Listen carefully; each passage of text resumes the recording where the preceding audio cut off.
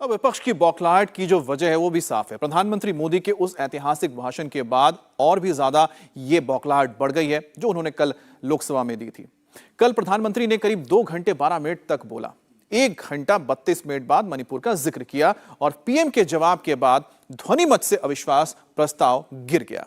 अब मोदी अपने जवाब में कांग्रेस और राहुल गांधी पर नॉनस्टॉप हमले करते रहे, आरजेडी को भी नहीं छोड़ा।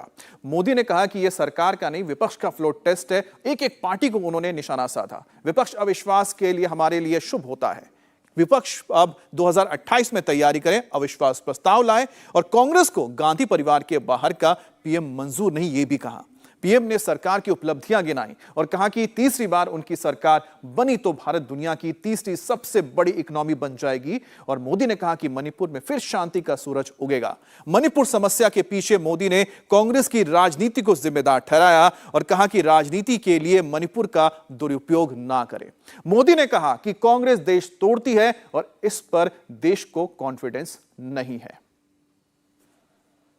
देखिए मजा इस डिबेट का कि फील्डिंग विपक्ष ने ऑर्गेनाइज की, लेकिन चौके छक्के यहीं से लगे।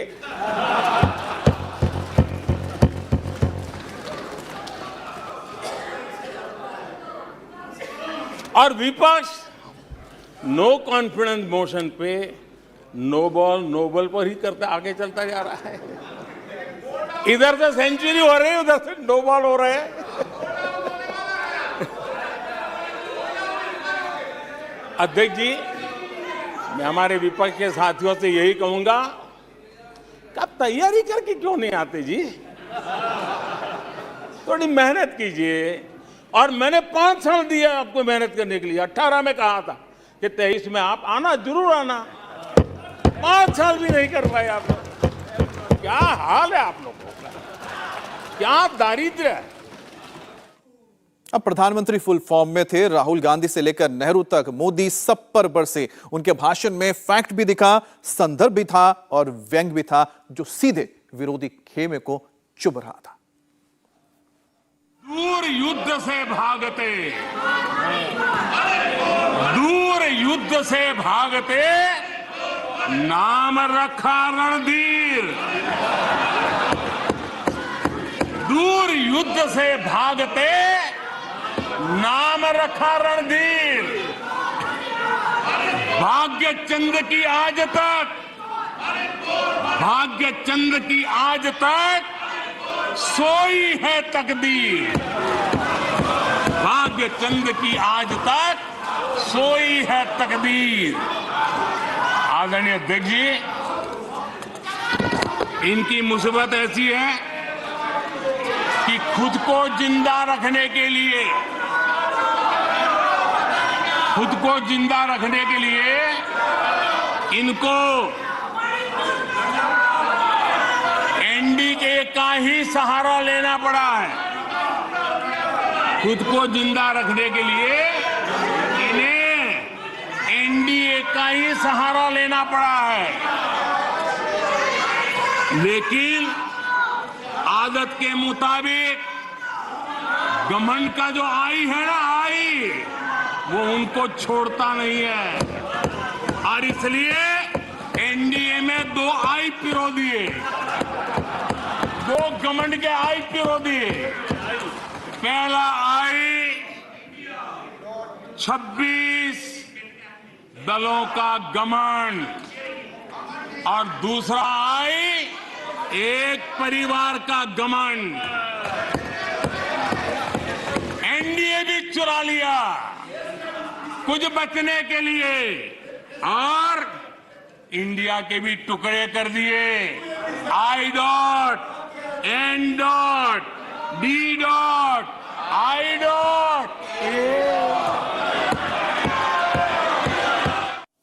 अब प्रधानमंत्री नरेंद्र मोदी के आत्मविश्वास के सामने विपक्ष का अविश्वास टिक ही नहीं पाया। मोदी के ताबड़तोड़ जवाबी हमलों से घबराकर कांग्रेस और उसके साथी दलों के नेता मैदान छोड़कर भाग गए।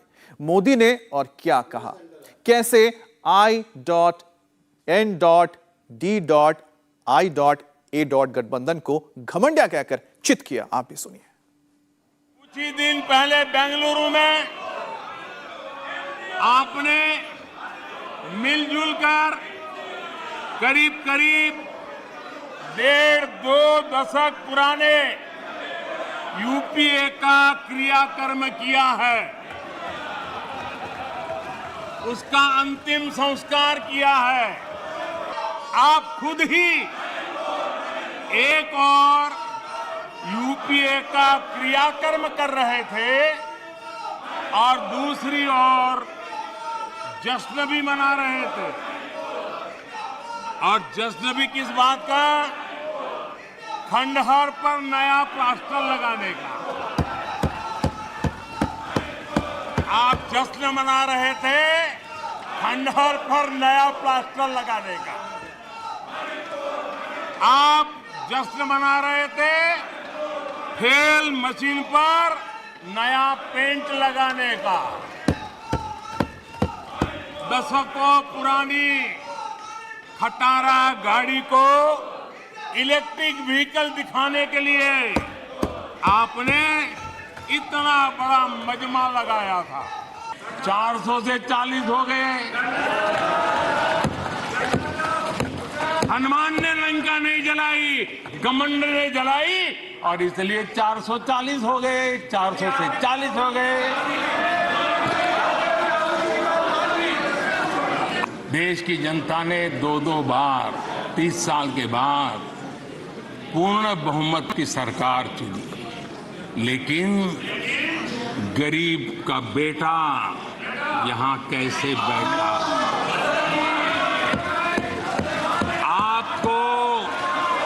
आपको जो हक था,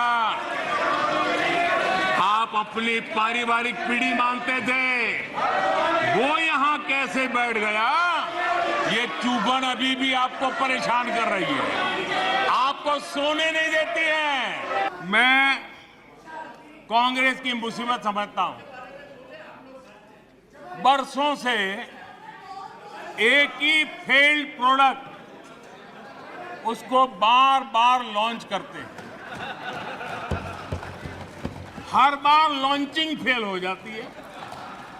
पीआर वाले प्रचार क्या करते हैं? मोहब्बत की दुकान का प्रचार करते हैं, इकोसिटी में लग पड़ती है। इसलिए देश की जनता भी कह रही है ये है लूट की दुकान, ये है लूट की दुकान, झूठ का बाजार। ये है लूट की दुकान, झूठ का बाजार। इसमें नफरत है, घोटाले हैं, तुष्टीकरण है, मन काले हैं। परिवारवाद की आग के दशकों से देश हवाले है। और तुम्हारी दुकान ने इमरजेंसी बेची है, बंटवारा बेचा है, सिखों पर अत्याचार बेचा है, झूठ कितना सारा बेचा है, इतिहास बेचा है, उरी के सच के प्रमाण बेचा है। शर्म करो नफरत की दुकान वालों, तुमने सेना का स्वाभिमान बेचा है। विपक्ष मोदी से मणिपुर पर बयान की मांग कर रहा था। मोदी लोकसभा में मणिपुर पर भी बोले और कहा कि शांति का सूरज जरूर उगेगा। मणिपुर में अदालत का एक फैसला आया। अब अदालतों में क्या हो रहा है वो हम जानते हैं। और उसके पक्ष विपक्ष में जो परिस्थितियां बनी, हिंसा का दौर शुरू हो गया और उसमें बहुत परिवारों को मुश्किल हुई। अनेकों ने अपने स्वजन भी खोए। महिलाओं के साथ गंभीर अपराध हुआ और ये अपराध अक्षम्य है और दोषियों को कड़ी से कड़ी सजा दिलवाने के लिए केंद्र सरकार, राज्य सरकार मिलकर के भरपूर प्रयास कर रही है। और मैं देश के सभी नागरिकों को आश्वस्त करना चाहता हूं कि जिस प्रकार से प्रयास चल रहे हैं निकट भविष्य में शांति का सूरज जरूर उगेगा। मणिपुर फिर एक बार नए आत्मविश्वास के साथ आगे बढ़ेगा। मैं मणिपुर के लोगों से भी आग्रहपूर्वक कहना चाहता हूं, वहां की माताओं, बहनों, बेटियों से कहना चाहता हूं, देश आपके साथ है, ये सदन आपके साथ है। और इस बीच मणिपुर पर केंद्रीय मंत्री किरेन रिजिजू अपने मुद्दे पर सरकार का पक्ष रख रहे हैं। आइए आपको सुनाते हैं। इन्हें पिछले कई दिनों से मणिपुर का बहाना करते हुए उन्होंने पार्लियामेंट को चलने नहीं दिया। कल जब प्रधानमंत्री जी ने पूरे नॉर्थ ईस्ट मणिपुर के बारे में बहुत अच्छी तरह से जब अपना बात रखा तो उसमें सारा अपोजिशन वॉकआउट किया।